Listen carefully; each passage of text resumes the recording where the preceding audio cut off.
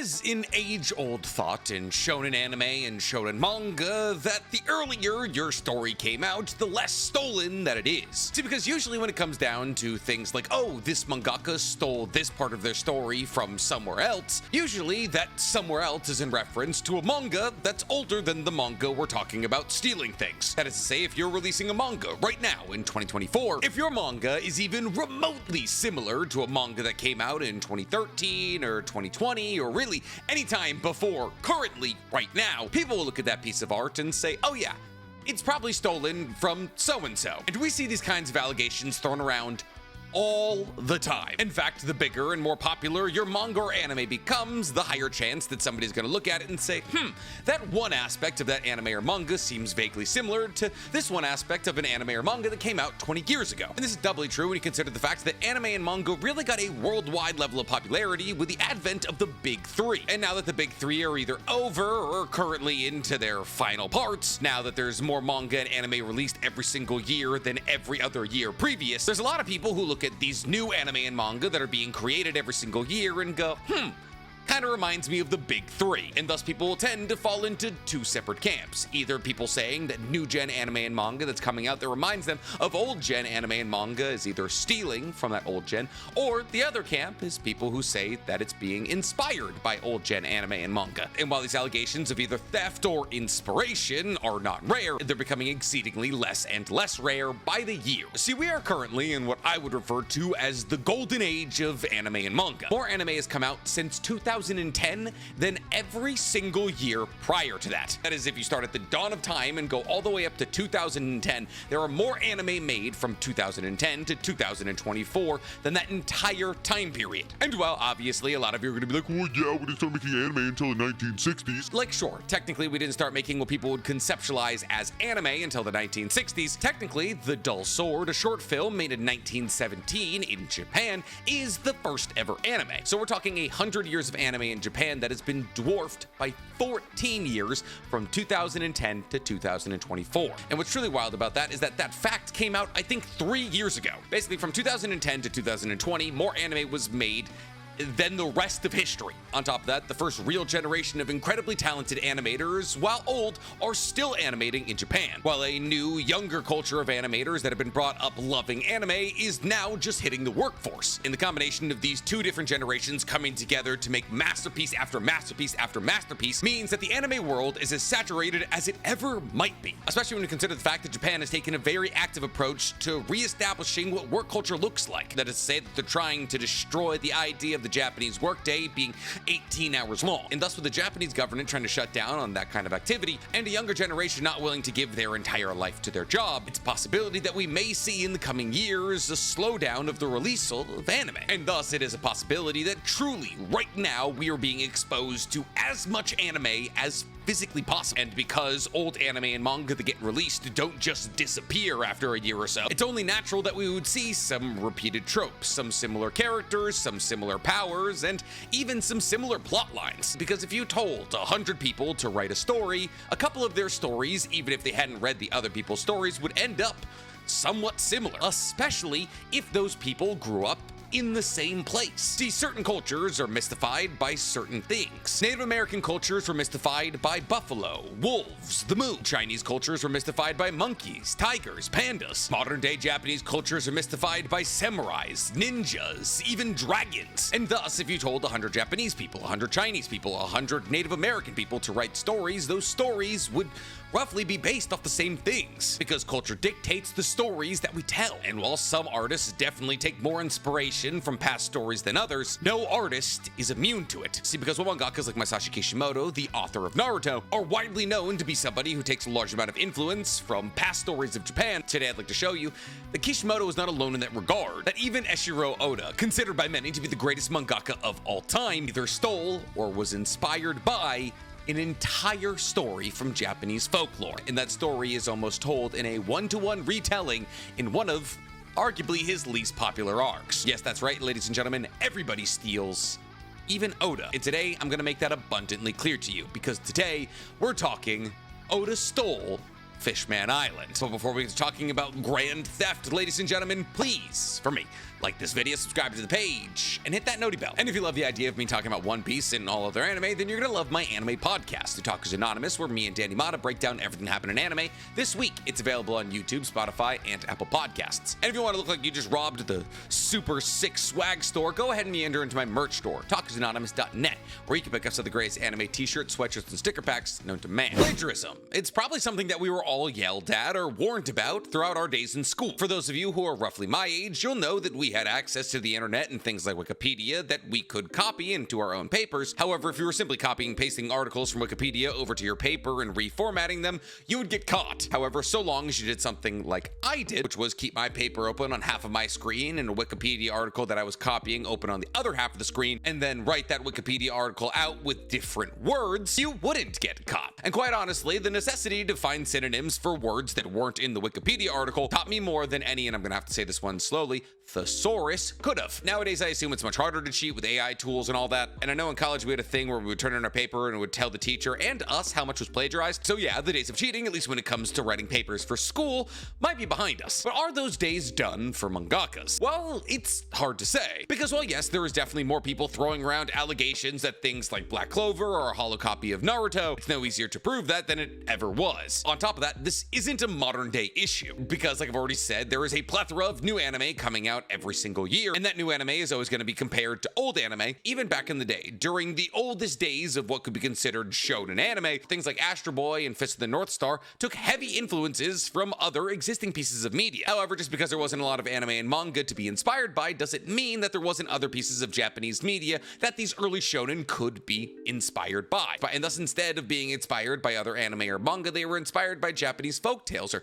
monogataris. As Astro Boy, widely considered to be the first shonen anime and manga, is heavily inspired by the story of Momotaro, a story about a boy sent down from the heavens in a giant peach who went to a childless family who grew up to be supernaturally strong and fight Oni. Now replace the peach part with a robot and the childless parents with a scientist, and you basically get the plot of Astro Boy. And yet, even though we know that, to this day, modern day anime is constantly compared to older anime. And the beauty of these arguments that sound something like, oh, JJK is just copying Bleach, or oh, Black Clover's just copying Naruto, or oh, Naruto's just copying Hunter x Hunter, is that it's always the person who's the biggest fan of Bleach, Naruto, or Hunter x Hunter saying that other stories are copying from their favorite story. Naruto is a fantastic example of that, because while one could be a fan of Naruto and say that Black Clover has too many similarities and is therefore a copy of Naruto, which is now a more prevalent argument online than it's ever been considering the newest release of Black Clover's newest chapter, which did admittedly have a couple of things, if you didn't know that much about Naruto or Black Clover, that seemed eerily similar to things that have happened in Naruto. But I could just as easily sit here and ask the person who believes that Black Clover is a ripoff of Naruto, where do you think Masashi Kishimoto got the idea for Kurapika, a solo survivor of a clan extermination with red, incredibly valuable eyes, who's hell-bent on revenge against the people who killed his clan? And the problem is, at the core of these arguments are people who don't understand Japanese storytelling. See, Japanese storytelling is a rich and full history, just as much mythos and lore as Greek mythology, or really any other mythology. And I know these people don't understand Japanese storytelling because if you believe that manga are based off other manga,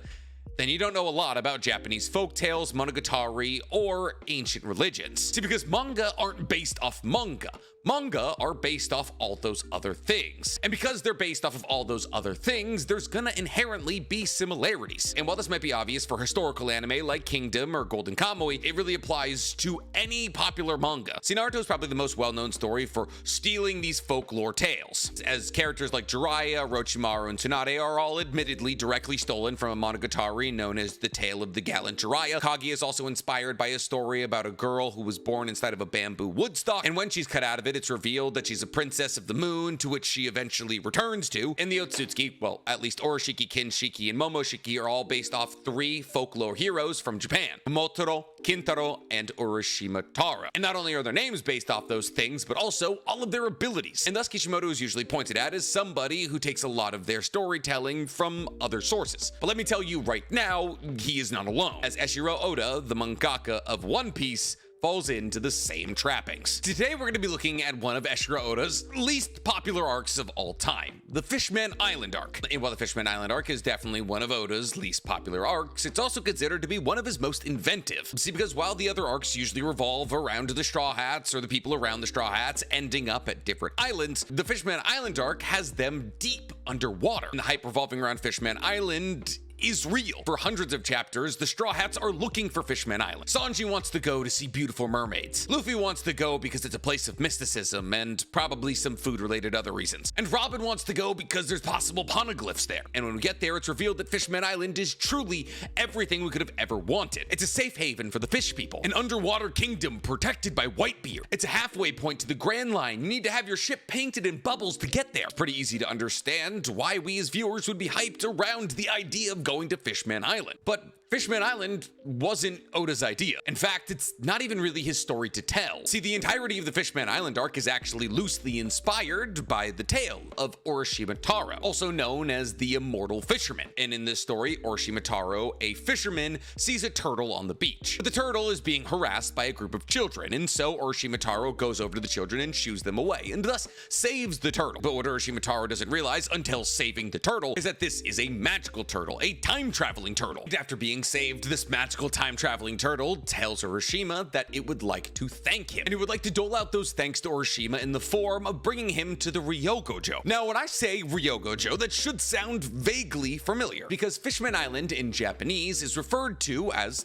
Ryogojo, which in English is roughly translated to the Palace of the Dragon King. On top of this, Fishman Island resides in what is called in One Piece the Ryogo Kingdom, and the palace where Neptune lives is referred to as the Ryogo Palace. Now, Ryogo Palace is kind of just a Japanglish way to say Ryogojo, as Ryogo refers to Dragon King and Jo refers to Palace. And thus with Ryogo Palace, you're basically just saying Palace of the Dragon King, but half in English, half in Japanese. Now, in Urashima's story, the Ryogojo is a legendary underwater kingdom that, even though it's underwater, light is still able to come down to it. And on top of being well lit, even though it's so far underwater, the Ryogojo also has all 4 seasons on each corner of the palace. And thus, if you wanted to be in the winter, you could go to one corner. If you wanted to be in the fall, you would go to another, and so on and so forth. That is to say that the Ryogojo was a place overflowing with magic. And everybody who lived in the Ryogojo was a fish person who was either related to the Dragon King or worked in servitude to him. And immediately upon entering the Ryogojo, after holding on to the back of this magical time-traveling turtle, Urashima is met by 2 people, the Dragon King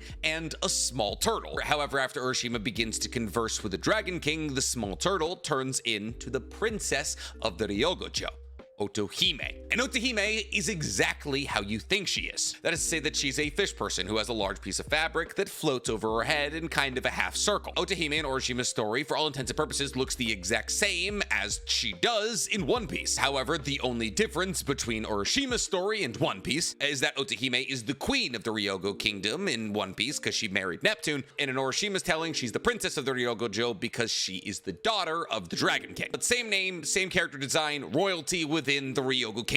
And Otohime is kind of the key liaison for Urashima and the Ryogojo. As for the next 3 days, Urashima and Otohime are inseparable. However, after 3 days in the Ryogojo, Urashima decides that he should get back to his village, as Urashima has an aging mother and he's beginning to get homesick and worried about her. And thus, Urashima asks that Otohime get the turtle that swam him in to swim him out. And while Otohime doesn't want Urashima to go, she allows him to go. But before he goes, she gives him a Tamatebako, also known, for those of you who watch One Piece in English, as the Tamate box. However, after giving him the Tamate box, she tells him to never open it. Now, for those of you who are paying attention during the Fishman Island arc, which is commendable, you'll remember that there is very much a Tamate box in the Ryugu Kingdom. In fact, Otohime, Neptune, and the rest of the citizens of the Ryogo Kingdom believe that the Tamate box was their greatest treasure. Now, the Tamate box originally contained the energy steroids that the bad guy of that arc, I'm forgetting his name, Hardy Jones, took to make himself nearly as powerful as a half-trying Luffy, who was also underwater. However, after those energy steroids were stolen, they were replaced with explosives, and therefore one could make the argument that you really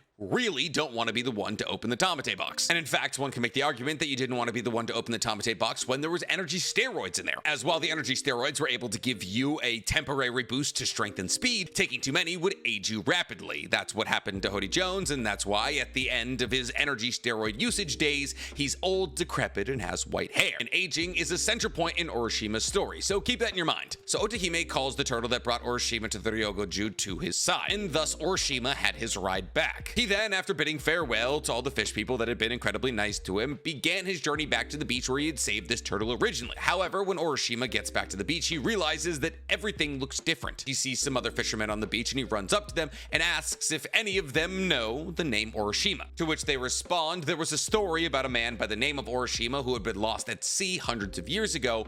That's all they know. And it's at that point that Urashima realized that in the 3 days that he had spent in the Ryogojo, 300 years had passed in the overworld, which made Urashima realize that everybody he ever knew or loved had died. Stunned by the news, Urashima absent-mindedly opened the Tamate box, possibly hoping that opening the Tamate box would return him back to the time period where he had saved the turtle. However, it did the exact opposite. See, just because Urashima was within the Ryogojo did not mean he wasn't aging. He was. In fact, when he returned to the beach, he was 300 years older than he was when he had left. But contained within the Tamate box was all the aging he had done over those last 300 years, which means that without opening the Tamate box, he would technically only be 3 years older. But Otahime, well known for her magical prowess, like she is in One Piece, was able to take away Urashima's aging and contain it within the Tamate box. However, when Urashima opens the Tamate box, white smoke rises out and envelops him. And as this white smoke envelops him, all of the aging that was confined within this box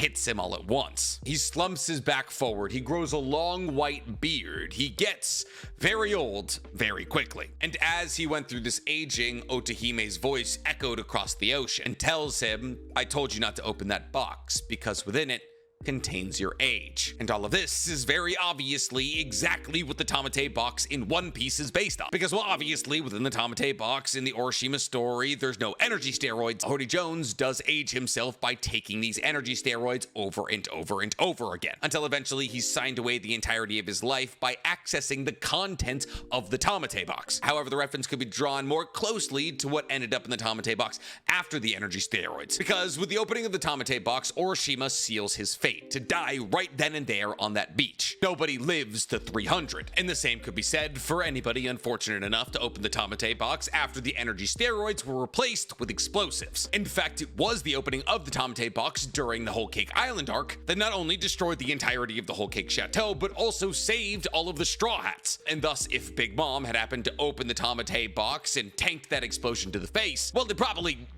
wouldn't have killed her. She definitely wouldn't be crushing it, that's for sure. And thus the moral of the story revolving around the Tamate box is don't open it, in both Urashima's story and in One Piece. So what am I saying? Am I saying that Oda stole the entirety of the Fishman Island arc? No.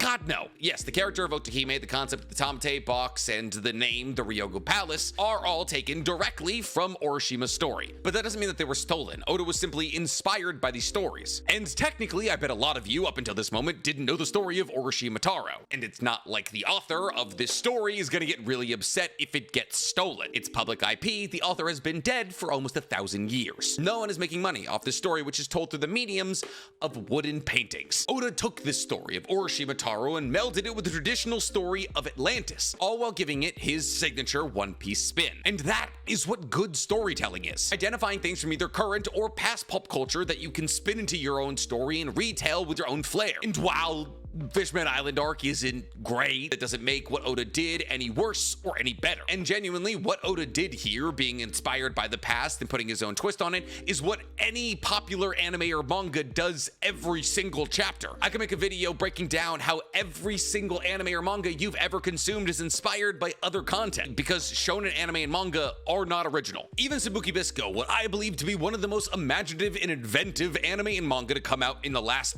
2 decades, is said by many to be heavily inspired by Dorohedoro and Trigun. And thus it appears as though even if you're writing a story about people who use a bow and arrow to grow mushrooms to eat rust while riding on giant crabs, people are going to say that your story is inspired by other stories. And thus the next time that somebody tries to tell you that a popular anime or manga is stolen from somewhere else, send them this video, because They just don't know enough about the history of Japan and its storytelling. Then again, what do I know? I only do this for a job. But what do you guys think? Do you believe that Fishman Island arc was stolen by Oda? Tell me in the comments below. And while you're down there, please, for me, like this video, subscribe to the page, and hit that noti bell. I am gonna go rewatch Sabuki Bisco.